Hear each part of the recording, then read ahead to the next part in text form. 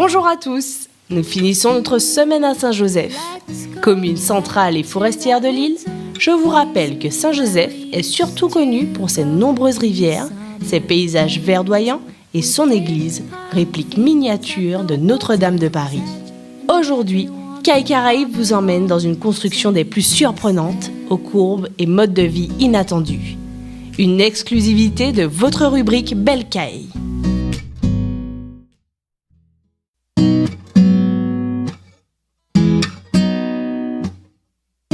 Je voulais une architecture qui soit adaptée au pays, à la Martinique, à la façon de vivre. La commande de cette maison par le client était une case créole. Je ne voulais pas me retrouver en Martinique à vivre dans un appartement parisien.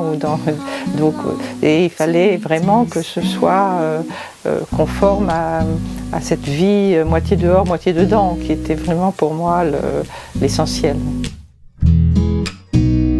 Have a competition to see who can trap for longer, 'cause every year my J'ai très peu conservé d'éléments traditionnels de la case créole.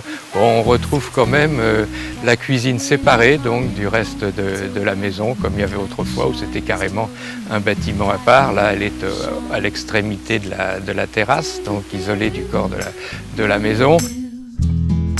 Au niveau des ouvertures de la maison, qui sont extrêmement simples, comme il y avait autrefois, donc c'était de simples volets contre vent, sans avoir des baies vitrées.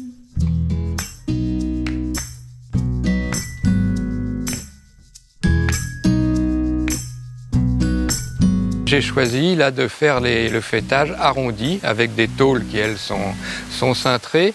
Alors ça, à mon avis, ça crée une personnalité esthétique de la maison, bon, qui peut éventuellement surprendre, mais techniquement c'est très intéressant puisque cette tôle cintrée évite les raccords avec la tôle faîtière qui, dans les toits traditionnels, peuvent être toujours des sources de fuite. C'est une terrasse accessible, donc c'est pas une terrasse. Bon, elle n'est pas en béton armé, bon, comme c'est tout à fait pas recommandé de finir les bâtiments, mais elle est sur un plancher bois qui lui-même, sur ce plancher bois, il y a une forme de pente, après ça il y a une étanchéité, après ça il y a un vide d'air. Moi, je suis très, très heureuse, très à l'aise et je reste volontiers dans la journée, là, dans mon sorte de donjon. Quand je suis chez moi, ça me donne une grande détente.